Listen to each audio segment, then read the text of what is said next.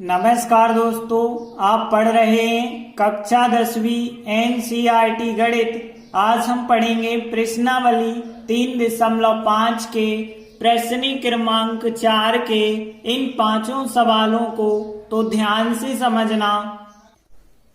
तो देखिए प्रश्न 4 है, यहाँ पे 5 सवाल दिए गए हैं। पांचों सवाल एक समस्या कहलाते हैं।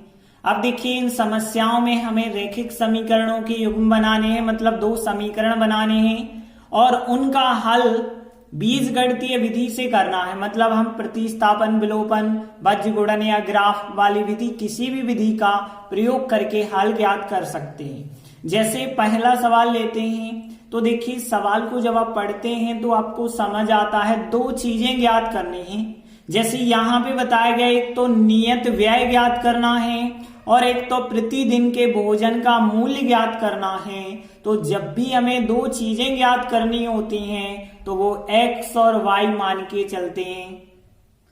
तो देखिए हम मान के चले कि जो छात्रावास है उस छात्रावास का नियत व्यय x रुपए है और प्रतिदिन के भोजन का मूल्य y रुपए है।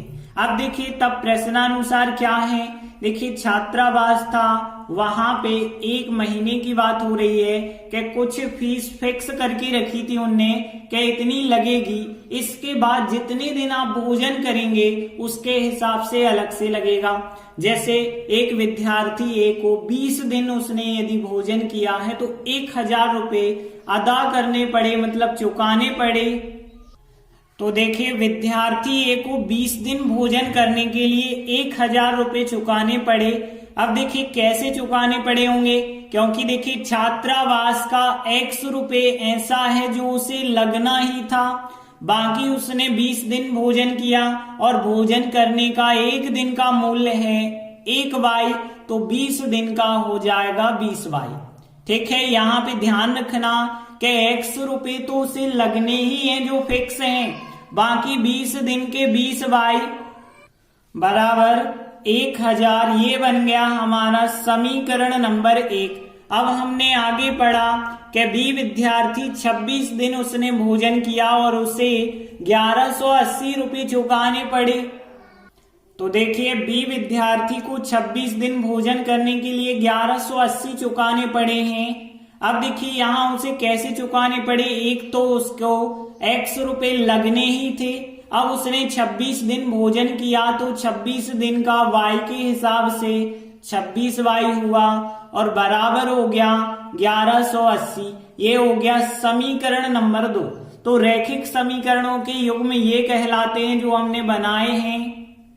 अब आगे हमें किसी भी विधि से हल करना है। तो देखिए यहाँ पे x का गुणांक 1, यहाँ पे भी गुणांक 1, यहाँ x के गुणांक समान है, इसलिए विलोपन विधि से हल करना आसान होगा।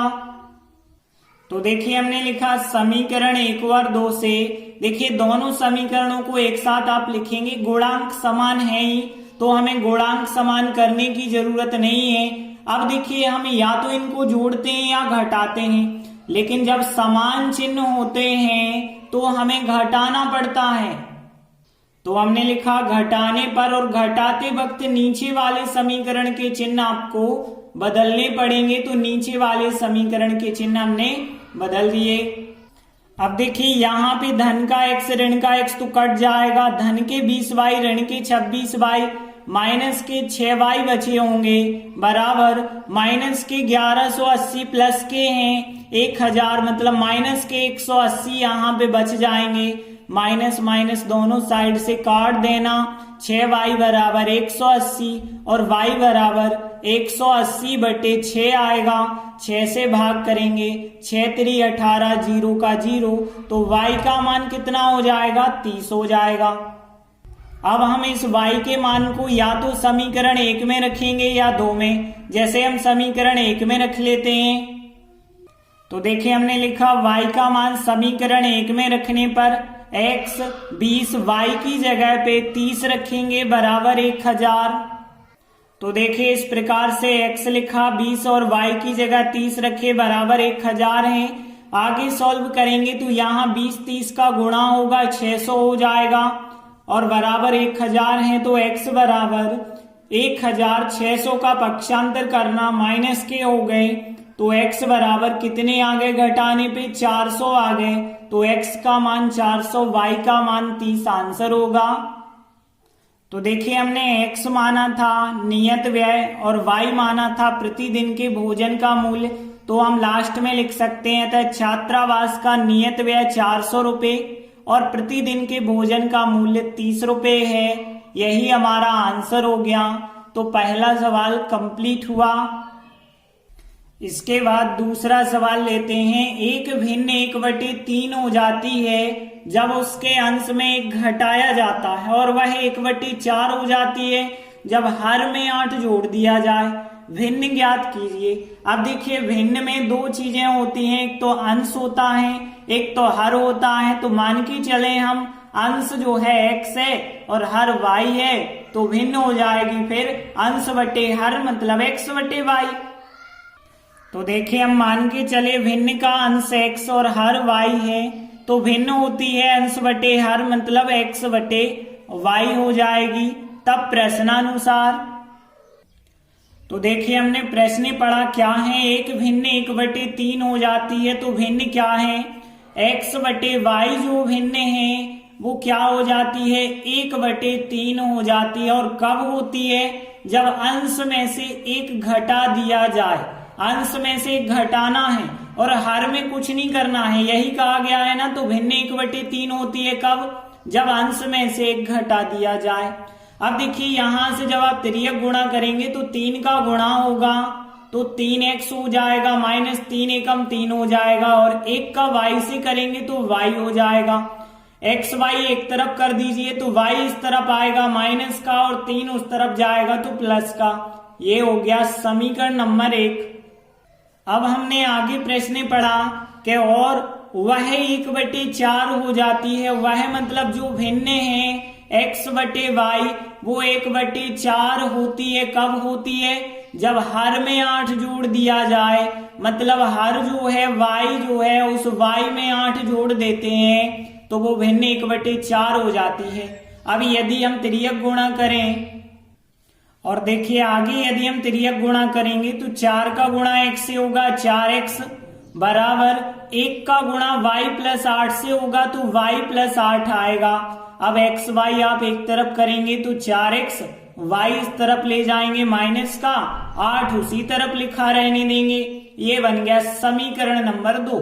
अब देखिए समीकरण तो हमने बना लिए हैं, अब इन्हें हम किस विधि से हल करें, तो यहाँ y का गुणांक 1, यहाँ y का गुणांक 1, y के गुणांक तो समान है, तो विलोपन विधि से हल करना ज्यादा आसान है। इसलिए हम समीकरण 1 और 2 को विलोपन विधि से हल करेंगे।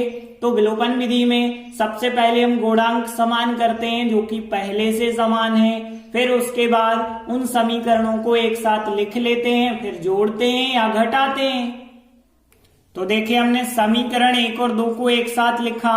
देखिए y के गुणांक समान हैं और यहाँ पे 1 से चिन्ह है, इस वजह से समीकरण 1 में से समीकरण 2 को हम घटाएंगे। तो यहाँ पे हमने लिखा घटाने पर, और घटाने पर क्या होता है, नीचे वाले समीकरण के चिन्ह बदल देते हैं। तो प्लस के माइनस, माइनस के प्लस, और यहाँ जो प्लस का 8 है वो माइनस का होगा।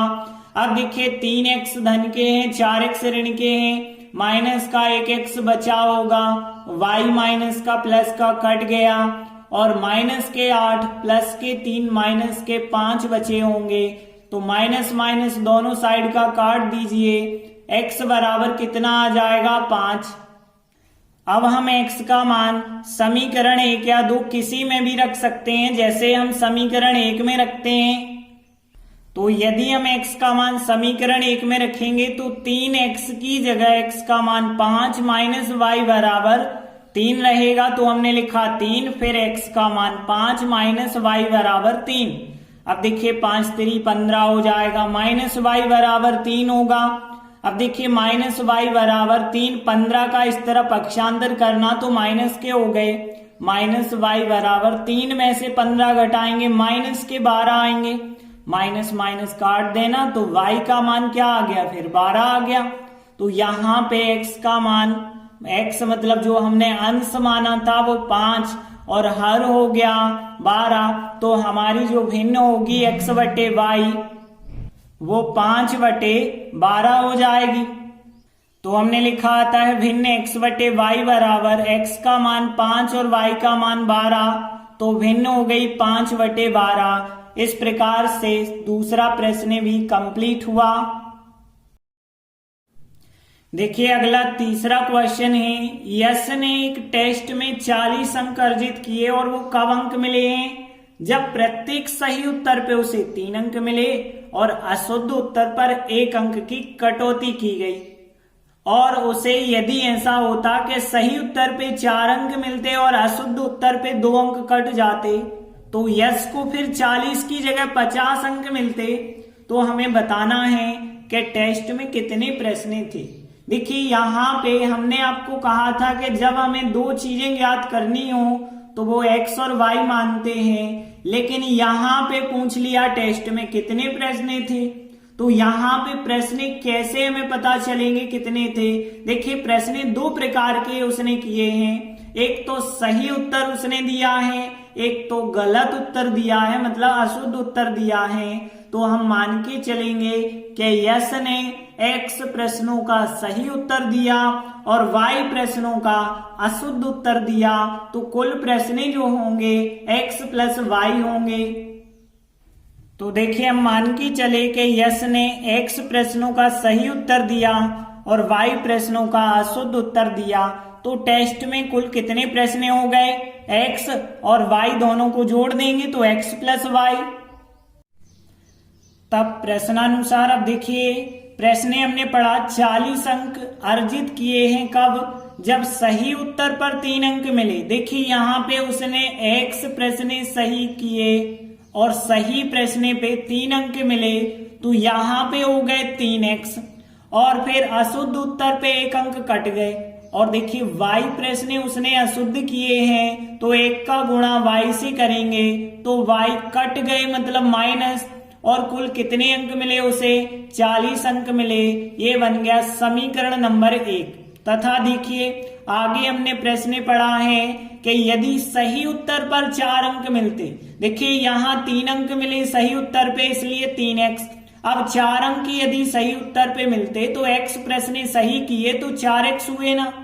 और फिर देखिए अशुद्ध उत्तर पर 2 अंक कटते, y अशुद्ध प्रश्न किए तो y और 2 का गुणा करेंगे तो 2y होगा, और कट रहे हैं मतलब माइनस करना पड़ेगा, और कुल अंक कितने हो गए उसके? 50 हो गए। ये बन गया समीकरण नंबर 2। अब देखिए इन दोनों समीकरणों को हम किसी भी विधि से हल कर सकते हैं। देखिए यहाँ गुणांक तो समान नहीं है, तो यहाँ पे गुणांक समान करना पड़ेगा। यदि आप विलोपन विधि का प्रयोग करते हैं तो हम गुणांक समान करेंगे यदि, तो देखिए यहाँ पे y के गुणांक हम समान कर लेते हैं, तो 2 का गुणा पहले समीकरण में और यहाँ 1 होगा, 1 का गुणा दूसरे समीकरण में करेंगे। तो देखिए हम समीकरण 1 में 2 का गुणा और समीकरण 2 में 1 का गुणा, देखिए जब इसमें 2 का गुणा होगा तो 3 दूनी 6x हो जाएगा, 2 का y से 2y हो जाएगा, 40 का 2 से 80 हो जाएगा, और इसमें 1 का करना है तो 1 का करेंगे, तो यही की यही संख्या होगी 4x 2y बराबर 50। अब ध्यान देना यहाँ देखिए 2y और 2y समान चिन्ह के हैं, माइनस माइनस के हैं, और जब 1 से चिन्ह के होते हैं तो हम दोनों समीकरणों को घटाते हैं। तो हमने लिखा घटाने पर और घटाते वक्त क्या हो जाते हैं? नीचे वाले समीकरण के चिन्ह बदल जाते हैं, प्लस का माइनस, माइनस का प्लस, और यहाँ पे जो प्लस के हैं वो माइनस के हो जाएंगे। देखिए 6x है धन के, ऋण के 4x हैं, 2x यहाँ पे बच जाएंगे, 2y और 2y कट जाएंगे, 80 है धन के, 50 है ऋण के, मतलब यहाँ पे 30 बचे होंगे, तो x बराबर आ जाएगा 30/2 आ जाएगा, और 30/2 करेंगे मतलब x का मान कितना आ जाएगा? 15 आ जाएगा। तो x का मान 15 आ गया। x का मान अब हम समीकरण 1 में या 2 में रख सकते हैं, जैसे हम समीकरण 1 में रखेंगे तो देखिए हमने लिखा x का मान समीकरण 1 में रखने पर अब यहाँ पे 3x x की जगह पे 15 माइनस y बराबर 40। तो देखिए हमने 3x की जगह पे 15 लिखा माइनस y बराबर 40 लिखा। अब देखिए यहाँ 15 थी 45 माइनस y बराबर 40 है और y का मान चाहिए तो 45 का पक्षांतर कर दो तो 45 इस तरफ आएंगे माइनस के, माइनस का y बराबर 40 में से 45 घटाएंगे -5, दोनों साइड के माइनस माइनस काट देना तो y बराबर प्लस के 5। तो देखिए x बराबर 15 और y बराबर 5 आंसर हो गए। अब देखिए हमसे पूछा गया था टेस्ट में कितने प्रश्न थे, तो हमने क्या बताया था टेस्ट में कुल प्रश्न x प्लस y थे। x का मान 15 आया, y का मान 5, 15 प्लस 5 20 प्रश्न थे। तो देखिए हमने लिखा आता है टेस्ट में कुल प्रश्न x प्लस y और x का मान 15 रख दो, y का मान 5 रख दो तो टोटल करेंगे 20 आंसर आ जाएगा, यही हमारा उत्तर होगा। तो इस प्रकार से तीसरा सवाल भी कंप्लीट हुआ। इसके बाद चौथा सवाल है, एक राजमार्ग पर दो स्थान A और B हैं और दोनों के बीच की दूरी कितनी है, 100 किलोमीटर है। एक कार A से चलती है, दूसरी कार B से चलती है और एक ही समय पे चलना प्रारंभ करती है और यदि ये कारें भिन्न भिन्न चालों से चलती हैं और एक ही दिशा में जाती हैं तो वो 5 घंटे पश्चात मिलती हैं, लेकिन वो विपरीत दिशा में यदि चलें तो 1 घंटे के बाद मिलती हैं। बताइए दोनों कारों की चाल क्या है। तो देखिए हमने कहा था जब भी दो चीजें ज्ञात करना हो एक्स वाई मान लेना, तो यहाँ पे दोनों कारों की चालें ज्ञात करनी है। तो पहली कार की चाल हम x किलोमीटर प्रति घंटा और दूसरी कार की चाल y किलोमीटर प्रति घंटा मान के चलेंगे। तो देखिए हम मान के चले पहली कार की चाल x किलोमीटर प्रति घंटा और दूसरी कार की चाल y किलोमीटर प्रति घंटा है। तब प्रश्नानुसार अब हम प्रश्न पढ़ेंगे और देखेंगे क्या क्या कहा गया है। तो देखिए क्या कहा गया था, 100 किलोमीटर की दूरी है। इसके बाद क्या कहा गया था, यदि एक ही दिशा में चलती हैं तो 5 घंटे पश्चात मिलती हैं और विपरीत दिशा में चलती हैं तो 1 घंटे पश्चात मिलती हैं। तो देखिए सबसे पहली चीज तो यहाँ एक फार्मूला आप याद रखना, समय बराबर होता है दूरी बटे चाल। ध्यान रखना ये चीज, आपको वैसे पता होगी समय बराबर दूरी बटे चाल। अब देखिए यहाँ पे समय लिया है 5 घंटा, समय लिया गया है 5 घंटा, तो 5 बराबर दूरी है 100 किलोमीटर। अब देखिए चाल क्या होगी, तो चाल यहाँ पे 2 प्रकार से रखी जाएगी, क्योंकि यहाँ पे देखिए एक तो एक ही दिशा में यदि वो जाती हैं तो 5 घंटे, तो एक ही दिशा की चाल यहाँ पे रखनी होगी। और फिर अगली बार 1 घंटे के पश्चात मतलब समय का मान 1 लेना होगा, दूरी का मान 100 लेंगे, लेकिन चाल फिर अलग होगी, लेकिन यहाँ विपरीत दिशा वाली चाल होगी। तो यहाँ पे ध्यान देना, समय कम लगता है तो चालें जुड़ जाती हैं x प्लस वाई, लेकिन समय ज्यादा लग रहा है तो चालें घट जाएंगी x माइनस वाई। तो देखिए हमने लिखा एक ही दिशा में लगा समय कितना है 5 घंटे और समय का फार्मूला होता है दूरी बटे चाल। तो दूरी है 100, लेकिन चाल ध्यान रखना x माइनस वाई, क्योंकि समय ज्यादा यदि लगे तो चालें घटती हैं, समय कम लगे मतलब चालें जुड़ जाएंगी, बराबर 5 होगा। अब यहाँ 5 के बटे कुछ नहीं है, 1 कर लेना, तिर्यक गुणा करना तो 5 का गुणा हो जाएगा x से और 5 का गुणा y से हो जाएगा, बराबर 1 का गुणा 100 से होगा तो 100 हो जाएगा।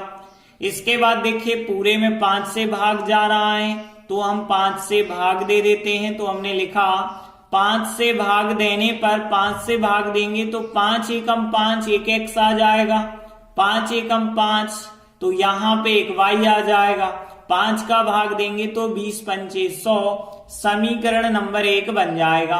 अब देखिए आगे यदि हमने देखा विपरीत दिशा में चले तो 1 घंटे का समय लगता है। तो देखिए हमने लिखा विपरीत दिशा में लगा समय 1 घंटा। समय का फार्मूला दूरी बटे चाल, दूरी का मान 100 किलोमीटर है। अब चाल यहाँ पे देखिए समय जब कम लगा है तो इसका मतलब है चालें आपस में जुड़ गई होंगी, x प्लस वाई हो गई होंगी बराबर 1 बटे कुछ नहीं है 1 कर लो। अब आप तिर्यक गुणा करो, 1 का गुणा x प्लस वाई से तो x प्लस वाई आएगा, 1 का गुणा 100 से करेंगे 100 आएगा। समीकरण नंबर 2 हो गया। अब देखिए यहाँ समीकरण 1 और 2 को देखें तो गुणांक x के भी समान है, y के भी समान है, मतलब हम विलोपन विधि से कर देंगे समीकरणों को हल। और गुणांक समान पहले से ही हैं तो कोई समस्या ही नहीं है गुणांक समान करने की। अब यहाँ पे हम इन समीकरणों को जोड़ भी सकते हैं, घटा भी सकते हैं, क्योंकि यहाँ पे y के चिन्ह अलग अलग हैं लेकिन x के चिन्ह समान हैं, तो जोड़ दो या घटा दो। जैसे हम समीकरण 1 और 2 को जोड़ देते हैं तो देखिए जोड़ने पे माइनस का y प्लस का y कट जाएगा, 1x और 1x हो जाएंगे 2x बराबर 20 और 100 जोड़ेंगे 120 हो जाएंगे।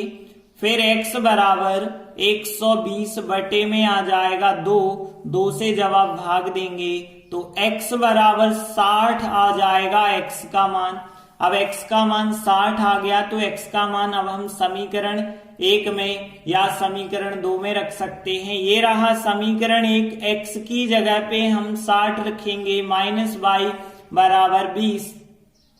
तो देखिए x का मान समीकरण 1 में यदि आप रखेंगे तो x की जगह 60 माइनस y बराबर 20, और यदि हमें y का मान चाहिए तो माइनस y बराबर 60 का पक्षांतर हम कर देंगे तो माइनस y बराबर 20 में से 60 घटाएंगे माइनस 40, माइनस माइनस काट देना तो y बराबर 40 हमारा आंसर हो जाएगा।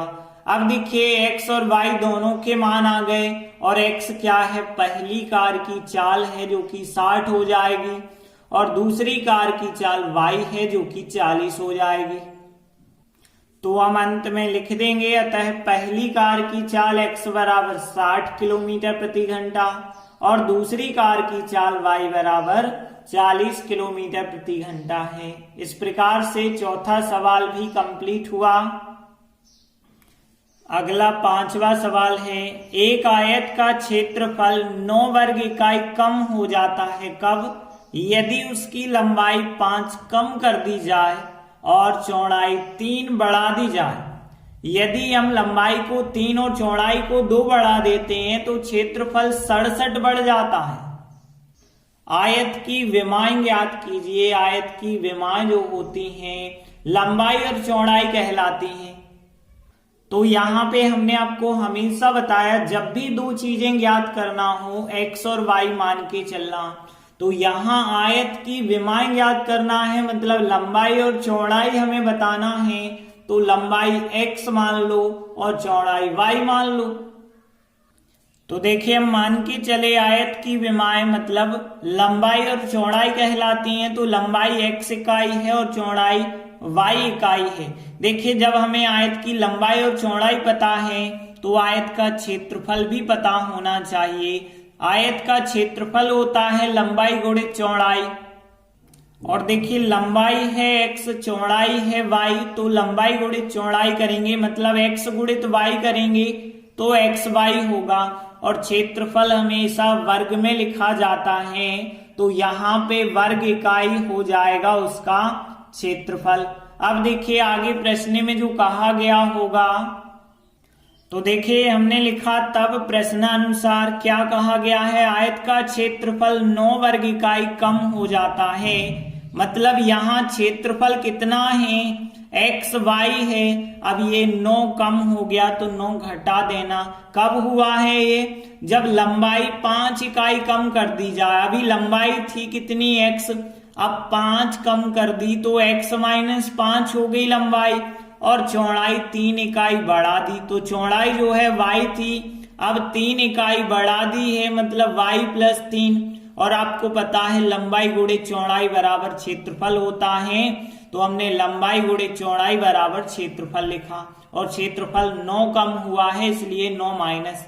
अब देखिए यहाँ पे x का y से गुणा करना, तो xy होगा, x का 3 से गुणा करेंगे 3x, और 5 का गुणा y से करेंगे 5y, 5 3 15 हो जाएगा, और यहाँ xy माइनस 9। देखिए xy एक तरफ करें, अंक एक तरफ करें, तो यहाँ xy plus 3x minus 5y, xy इस तरफ लाएंगे माइनस के बराबर, माइनस के 9 हैं, 15 उस तरफ ले गए तो 15 हो गए प्लस के, यहाँ xy से xy कट जाएंगे, 3x माइनस 5y बराबर माइनस 9 प्लस 15 6 बचे होंगे। ये बन गया समीकरण नंबर 1। अब देखिए आगे प्रश्न में कहा गया है लंबाई को 3 और चौड़ाई को 2 बढ़ा दें। देखिए लंबाई जो है x है उसे हमें 3 बढ़ाना है, तो वो हो जाएगी x प्लस 3, और चौड़ाई को 2 बढ़ाना है, अभी y है चौड़ाई, अब यदि 2 बढ़ाएंगे तो वो y प्लस 2 हो जाएगी, और जो क्षेत्रफल है वो 67 वर्ग इकाई बढ़ जाता है। अभी क्षेत्रफल है xy, लेकिन अब वो कितना बढ़ गया है, 67 बढ़ जाता है, तो यहाँ लंबाई गुणित चौड़ाई बराबर क्षेत्रफल होगा, तो लंबाई और चौड़ाई का हम गुणा करेंगे, और क्षेत्रफल 67 बढ़ गया है इसलिए 67 जोड़ा गया है। x का y से गुणा कर देना, x का 2 से गुणा करना 2x होगा, 3 का y से करना 3y होगा, 3 दूनी 6 होगा, और यहाँ पे xy प्लस 67 लिखा, xy एक तरफ करना तो xy 2x 3y वैसे ही लिखना, xy इस तरफ लाना माइनस के बराबर 67, और 6 इस तरफ जाएंगे माइनस के हो जाएंगे, xy धन के ऋण के कट गए यदि, तो 2x प्लस 3y बराबर 67 में से 6 घटा देना 61, ये बन गया समीकरण नंबर 2। अब देखिए ये बन गए समीकरण 2। अब इनको हम किसी भी विधि से हल कर सकते हैं। देखिए यहाँ पे वैसे गुणांक समान अभी है नहीं, विलोपन विधि से हल करें, लेकिन गुणांक समान नहीं है तो हम समान कर सकते हैं। तो या तो हम x के गुणांक समान करें या तो y के गुणांक समान करें। जैसे इस बार हम जो है आपको y के गुणांक समान करना बताते हैं, तो 3 का गुणा हमें समीकरण 1 में करना होगा, और इस 5 का गुणा हमें समीकरण 2 में करना होगा। तो देखिए हमने लिखा समीकरण 1 में, क्योंकि यहाँ 3 है तो समीकरण 1 में 3 का, यहाँ 5 है तो समीकरण 2 में 5 का। अब यदि इसमें 3 का गुणा करेंगे तो 3 त्रिका 9x हो जाएगा, यहाँ पे 3 का गुणा 5y से करेंगे तो 5 15y हो जाएगा, 3 का गुणा 6 से करेंगे 6 3 18 हो जाएगा, यहाँ 5 से करना है 5 दूनी 10x हो जाएगा, 5 का गुणा 3y से 15y, 5 का गुणा 61 से 305, इस प्रकार से आ गए। अब देखिए यहाँ 15y बिल्कुल 1 से हो गए गुणांक। अब यहाँ पे लेकिन एक माइनस का एक प्लस का है, और हमने आपको बताया विलोपन विधि में यदि एक माइनस एक प्लस का हो, अलग अलग चिन्ह हो, तो समीकरणों को जोड़ा जाता है। तो यहाँ पे हम दोनों समीकरण जोड़ेंगे, और जोड़ने पे ऋण 15y धन 15y कट जाएंगे, 9x और 10x को जोड़ेंगे 19x बराबर, ये कट गए 18 और 305 को जोड़ेंगे 323 हो जाएंगे। अब x बराबर देखिए 323 बटे 19 का यदि आप भाग देंगे तो 17 बार जाएगा, x का मान 17 हो जाएगा। अब हम x का मान या तो समीकरण 1 में रखेंगे या समीकरण 2 में रखेंगे। जैसे हम x का मान समीकरण 1 में रखेंगे तो 3 और x की जगह 17 रखेंगे, -5y बराबर 6, तो x की जगह हमने समीकरण 1 में 17 रख दिया है, तो यहाँ 17 3 51 हो जाएगा, -5y बराबर 6, -5y बराबर 51 का पक्षांतर कर देंगे तो -51, 5y बराबर 6 में से 51 घटाएंगे माइनस के 45। अब दोनों पक्षों के माइनस माइनस काट देना, तो 5y बराबर 45 हो जाएगा और y बराबर 45 बटे में 5 आ जाएंगे और 5 का भाग 45 में 9 बार जाता है, तो y का मान कितना हो जाएगा? 9 हो जाएगा। अब देखिए हमने लंबाई मानी थी x जो कि 17 आ गई और चौड़ाई मानी थी y जो कि 9 आ चुकी है। तो हम अंत में लिख देंगे, अतः आयत की विमाएं अर्थात लंबाई x बराबर 17 इकाई और चौड़ाई y बराबर 9 इकाई है। इस प्रकार से 5वां सवाल भी कंप्लीट हुआ। धन्यवाद।